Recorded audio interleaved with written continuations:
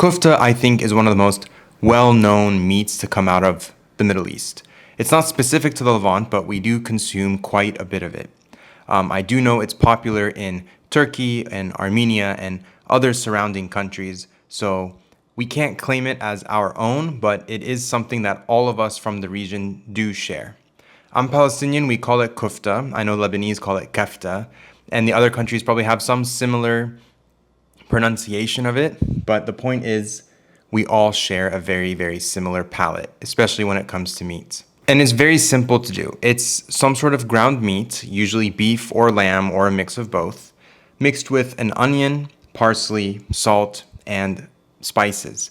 For us, we use the Arabic 7 spice. We call it sab'a baharat, which means 7 spices, but others might use some other variation of that spice mix. This dish I'm sharing today is called Kufta B'Siniyeh, which means kufta in a tray. And it's kind of our version of meatloaf. I don't like the word meatloaf. I don't think it sounds very appetizing, but essentially that's what it is. It's a big piece of kufta baked in the oven in a big tray. It's not the most glamorous dish, but it is an essential home cooking meal that I grew up with, and I know a lot of others like me grew up with. It's a very simple dish to put together, so when our moms were very busy or in a rush and they needed to throw together dinner for the family, this was a very popular one to do because it's such a quick thing that they can put together, throw it in the oven, and forget about it. I absolutely love it. It's very comforting, it's homey, and it's just, again, another nostalgic dish, which is why I'm sharing this one so early in the series, because it's a simple dish to put together. And I think it's a great way to step into our cuisine without having to do too much. It's nothing difficult. It comes together very easily. And I hope you can give it a try. So this is how you make Kufta B'Siniyeh.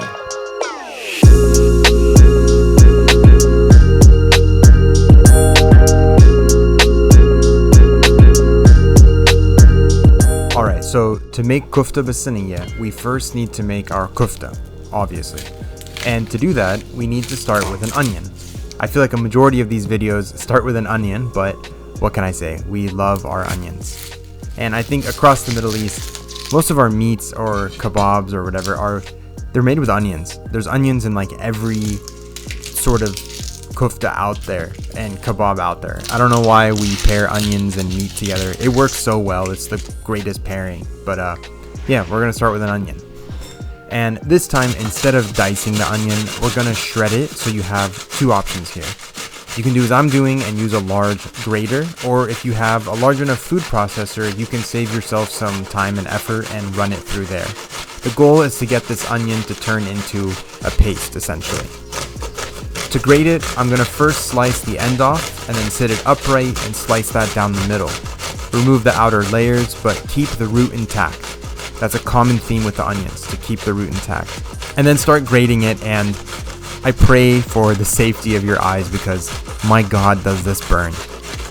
I know you can refrigerate the onions beforehand and that should help, but I just powered through it. It's not that bad, but maybe you want to throw on some goggles. You can do that if you want. But from here, we're going to scoop up the grated onion and place that in a large bowl along with the juices from it. There's some recipes where you want to squeeze out all the water from the onions, but since we're baking this, we want to keep all the moisture we can get so that it doesn't dry out while it's in the oven. Next is the parsley. You'll need one large bunch of parsley, and go ahead and trim the lower half of the stems off, and then with the upper halves, give them a good rinse. There's always some sort of dirt or gunk in herbs, so just give them a quick wash and then dry them before we start chopping them up.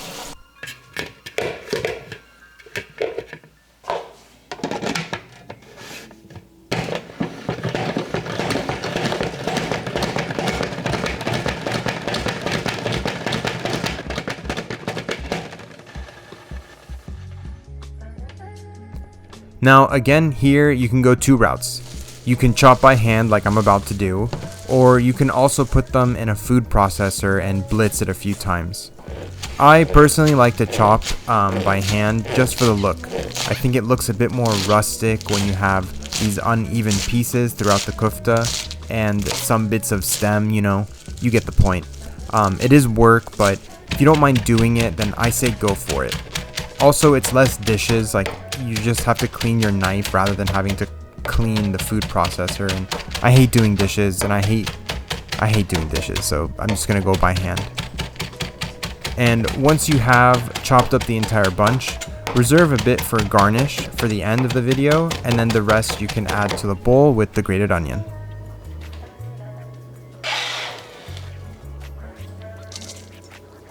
And now for the meat, the most important part of kufta, right? Without meat, there's no kufta. So I like to do a 50-50 split of ground lamb and 10% ground beef. I think this is the perfect mix.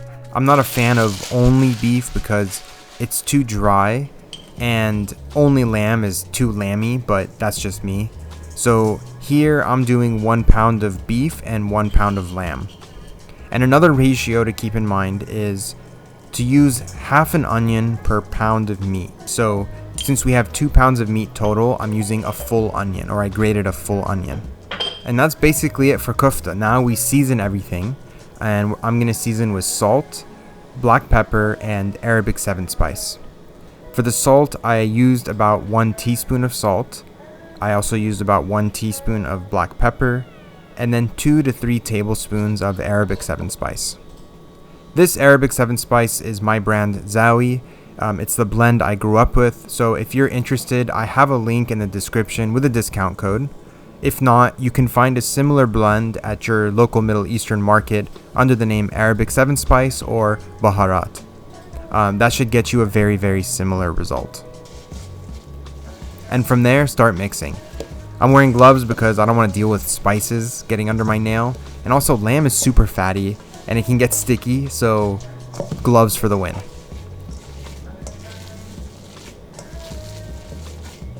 And once you have everything fully incorporated, you can see what I mean by rustic. Take a look here. There's a little bits of parsley stems and uneven cut parsley, and even like strands of onion that you can see in the meat. Personally, I like the look of this. I think it just looks more homey to me. It looks like it was done by hand, which it exactly was, and I just prefer that look rather than something that's kind of, you know, too perfect or like done with a machine. It's just me being biased and having an opinion, but that's just me. So now the kufta mix is ready and we can move on to the next step.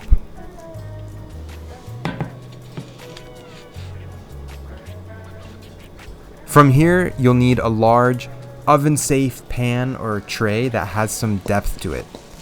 This cast iron pan works perfect for me, so I'm going to go ahead with that, but use whatever works for you or whatever you have available. You're going to lay the kufta down all over the pan and gently press it down so it's evenly distributed throughout the entire pan or tray.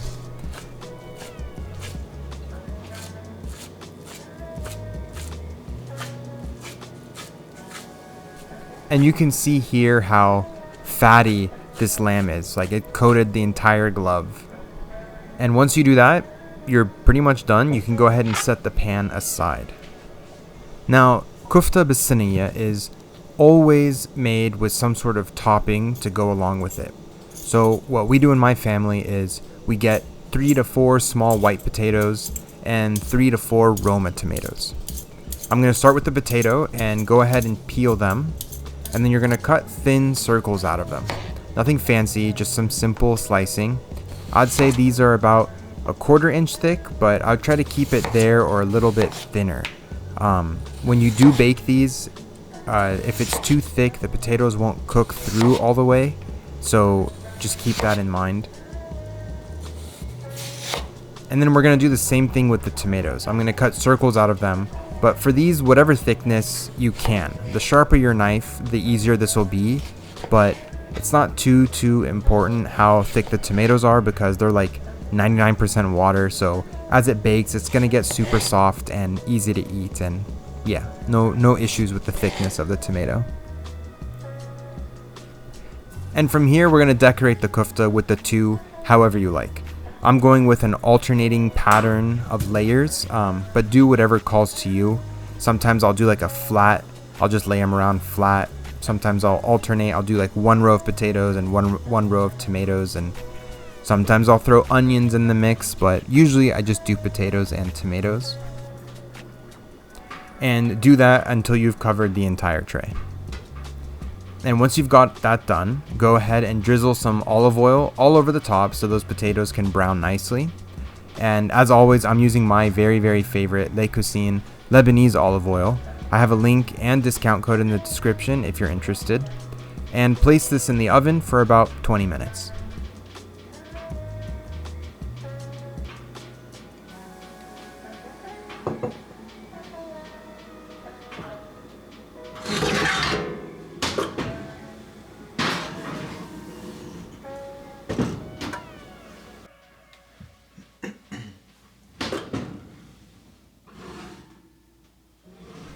Now, after 20 minutes, remove the kufta, and you might be thinking, that looks raw.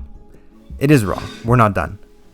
You're going to scoop 2 tablespoons of tomato paste into a large cup or bowl.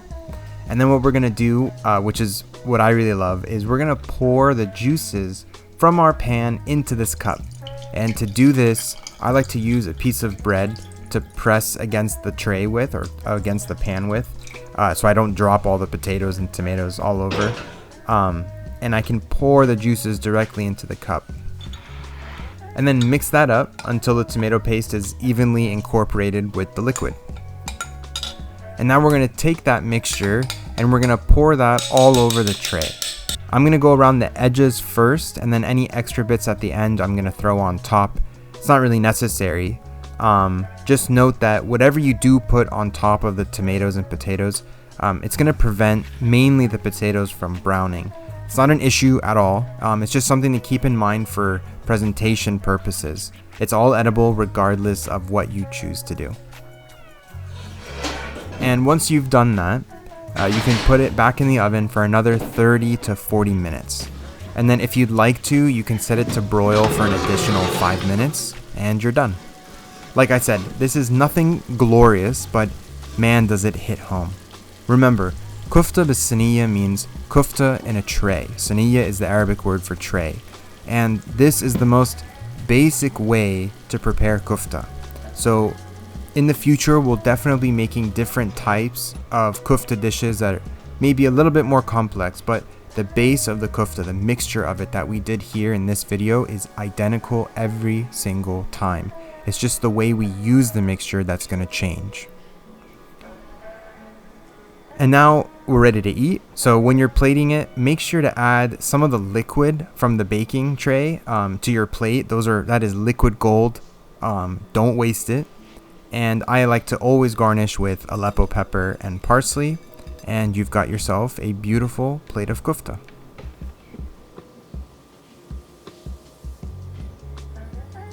All right, I have this dish right here below me. And I should say, in my house, when we're just trying to do this quickly, we eat this with bread. So we'll put we'll make little pita pockets with it, or in Arabic we say ghammis. Ghammis means to pick up your bread. To pick up your food with bread. So when you eat hummus, we say ghammis al-hummus or whatever. You'll also see we might serve this with rice or with salads or whatever. If there's more time to put a full meal together, that's how we'll do it. But for the sake of this video, just the Kufta B'Siniyeh. Here we go.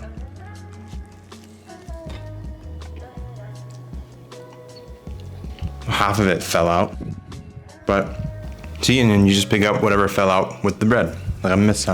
Delicious. This is, again, it's a very nostalgic dish for me. So again, I am not the creator of all these dishes. I'm just sharing how I grew up eating it with my family and with our family friends who have a very similar take on this dish. But I'm sure there's other ways people make it, so I would love to know, and I'm sure others would like to know as well. For example, sometimes I'll even throw in a jalapeno or serrano pepper to bake with all of this because I love spicy food, I love the heat, and it's a great addition for me. I mean, maybe not for everyone else. But overall, this is the general idea of how to make kufta. And this is the base of kufta. So sometimes we'll make it in a tray like this, and then other times it'll go on the barbecue. Sometimes we'll roll it into meatballs. Sometimes we'll bake it and try to make like oven skewers with it. There's different ways we go about this. And there's also different ways people prepare this dish, Kufta B'Siniyeh. It's not always a giant meatloaf. Some do little patties and they alternate the patties with potatoes and tomatoes. There's so many different ways people prepare it. And they're all so, so good. So please share. I'd love to know. I'm sure the community would love to know. And yeah, that's how you make my version of Kufta B'Siniyeh. Until next time, peace.